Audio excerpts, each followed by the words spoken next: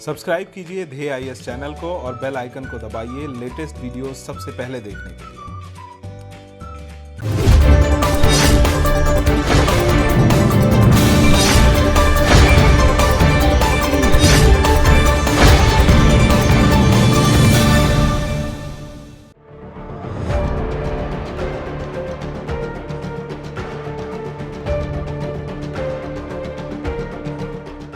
हाल ही में भारत के कुछ राज्यों में मवेशियों में गांठदार त्वचा रोग यानी लंपी स्किन डिजीज के संक्रमण के मामले सामने आए हैं। ज्यादातर मामले तेलंगाना, कर्नाटक, केरल, मध्य प्रदेश और महाराष्ट्र राज्यों से है। ये बीमारी किसानों और पशुपालकों के लिए चिंता का विषय बन गई है। डीएनएस में आज हम आपको गांठदार त्वचा रोग यानी लंपी स्किन डिजीज के बारे में बताएंगे और साथ ही समझेंगे इससे जुड़े कुछ दूसरे महत्वपूर्ण पक्षों के बारे में भी। गांठदार त्वचा रोग यानी LSD एक संक्रामक रोग है जो पॉक्सविरिडी वायरस के कारण होता है। इस वायरस को निथलिंग वायरस भी कहा जाता है। ये बीमारी काटने वाले मक्खियों, मच्छरों, जूं, दूषित दाने और पानी से फैलता है। यह एक संक्रामक बीमारी है जो संक्रमित जानवरों के सीधे संपर्क में आने से दूसरे जानवर को भी हो जाता है। राहत की बात यह है कि ये रोग पशुओं से इंसानों में नहीं फैलता, यानी यह एक जूनोटिक बीमारी नहीं है। इस बीमारी के लक्षण की बात करें तो इसमें जानवरों के शरीर का तापमान काफी बढ़ जाता है और उन्हें भूख नहीं लगती है। उनके पूरे शरीर पर जगह जगह गांठ बन जाते हैं। इन गांठों का आकार 2 से 5 सेंटीमीटर होता है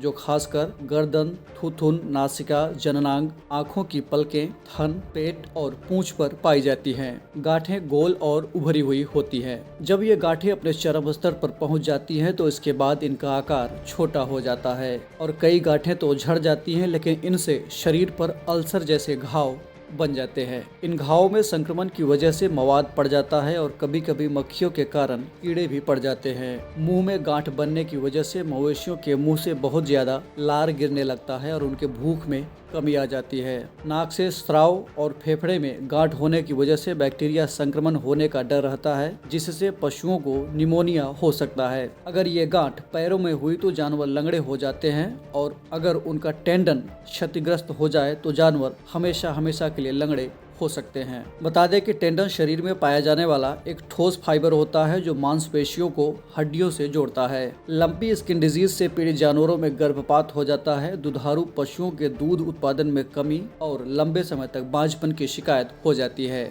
जो बैल इस बीमारी से पीड़ित होते हैं उनके जनन क्षमता में भी कमी आ जाती है। जानवरों का शरीर कमजोर हो जाने के कारण नर पशुओं में काम करने की क्षमता में कमी आ जाती है।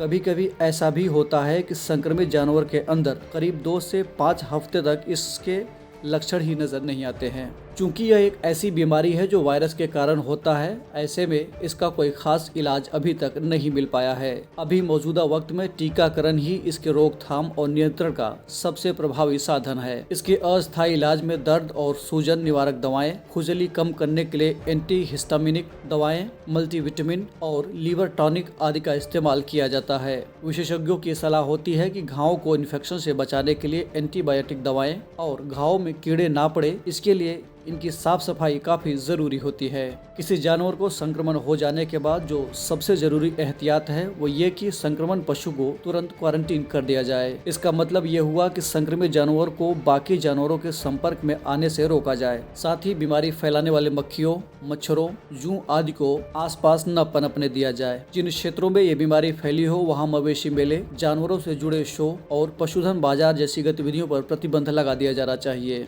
अगर इस बीमारी से किसी जानवर की मृत्यु हो जाए तो उसके शव को खुला नहीं छोड़ना चाहिए, बल्कि उसे मिट्टी के अंदर गाड़ देना चाहिए और उसके बाद उस पूरे इलाके को कीटाणुनाशक द्वारा स्वच्छ किया जाना चाहिए। एक नज़र इस बीमारी के प्रसार के इतिहास पर डाल लेते हैं। सबसे पहली बार ये रोग 1929 में जाम्बिया में प्रकाश में आया था और धीरे धीरे कई अफ्रीकी देशों में फैल गया। साल 2012 के बाद से ये बीमारी यूरोप, रूस और कजाकिस्तान के जरिए तेजी से फैल रहा है। भारत में ये बीमारी पहली बार 12 अगस्त 2019 को ओडिशा राज्य में पता चली थी। बाद में इसके मामले झारखंड, पश्चिम बंगाल और छत्तीसगढ़ में भी मिले। बीमारी की वजह से पशुधन उत्पादों के निर्यात पर प्रतिबंध लग सकता है, जिसकी वजह से किसानों के साथ साथ पूरे देश को काफी आर्थिक नुकसान होने की संभावना रहती है।